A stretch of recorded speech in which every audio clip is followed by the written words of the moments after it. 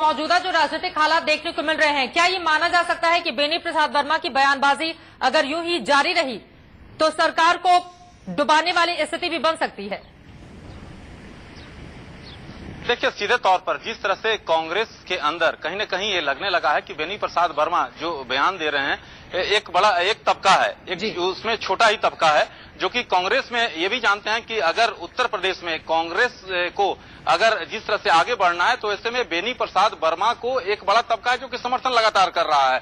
और जैसा कि आप जानती हैं चित्रा, बेनी प्रसाद वर्मा का समर्थन जो है राहुल गांधी के काफी नजदीकी माने जाते हैं। ऐसे में इस तरह के बयान जो बेनी प्रसाद वर्मा लगातार दे रहे हैं वो कहीं न कहीं ये समझा जा रहा है समाजवादी पार्टी के नेताओं के बीच कि कांग्रेस का जो बड़ा नेता है उसका बैकअप है। तो ये कहीं न कहीं जिस तरह से जो स्थिति पैदा हुई है, समाजवादी पार्टी एक समय का इंतजार कर रही है। रामगोपाल यादव से जो मेरी बातचीत हुई थी, अनौपचारिक बातचीत में कई बातें उन्होंने कही। उन्होंने साफ तौर पे कहा कि समय का इंतजार कीजिए और समय ज्यादा नहीं है। ऐसे में लगातार इस तरह के बयान चलते रहे तो आने वाले समय में यूपीए 2 के आगे बढ़ना मुश्किल होगा। राकेश, अभी यहाँ पर चर्चा आप सुन रहे थे, अवधेश जी यहाँ पर साथ में, उनका कहना है ये अभिनय है। तो इस फिल्म के पीछे प्रोड्यूसर और डायरेक्टर कौन है, जरा जिक्र करिए। वो बता रहे हैं कि राहुल गांधी के करीबी सीधे तौर पर हाँ राकेश जी बोले। देखिए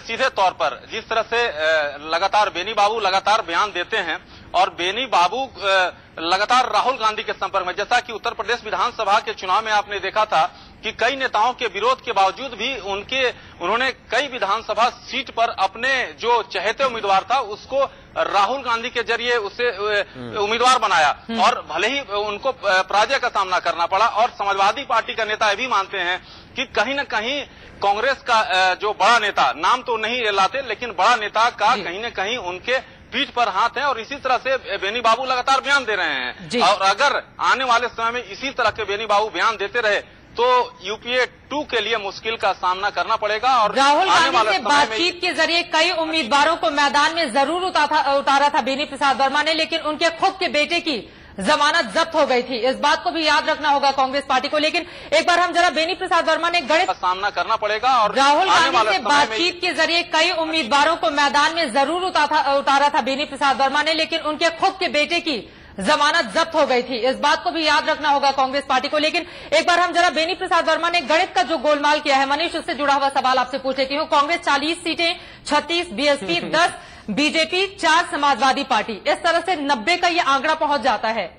ये 10 सीटें आएंगी कहां से? देखिए, मुझे जो दिखाई देता है बेनी के इन तमाम आंकड़ों की उत्तराखंड भी शामिल कर लिया।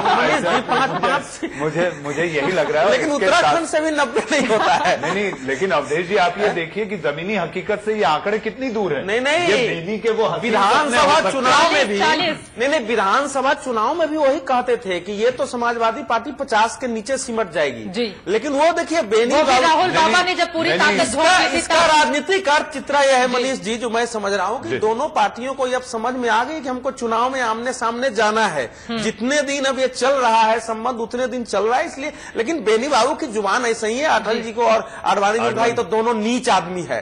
उस समय में प्रधानमंत्री तो ये थोड़ा ज्यादा बोलते जरूर है, लेकिन ये कांग्रेस की मन के अनुरूप ये काम कर रहे हैं मुलायम सिंह के विरुद्ध। यानी ये कहा जाए कि ये बेनी प्रसाद की कॉमेडी फिल्म है जो कि जॉनी वॉकर के रूप में इस तरह से बयान देते। नहीं, ये कॉमेडी जो है वो उसके तरह है, अब कादर खान की तरह। अच्छा, कादर खान वाली कॉमेडी है जिसके शब्द चुभते भी हैं, उसमें कॉमेडी भी होती है। चूंकि वक्त की हमारे पास कमी है, इसलिए अवधेश जी आपका, मनीष आपका, राकेश और अभिषेक आप सभी का बहुत शुक्रिया। देखना यही होगा कि जो बातें कही गई हैं रामगोपाल यादव की ओर से कि अगर इसी तरह बयानबाजी का दौर जारी रहा तो लुटिया डुबा देंगे सरकार की, और वो उकसा रहे हैं हमें समर्थन वापसी के लिए। क्या आगे आने वाले वक्त में इस तरह की तस्वीर उभरती है, इस पर रहेगी हमारी नजर। आगे बढ़ते हुए कुछ और खबरों का हम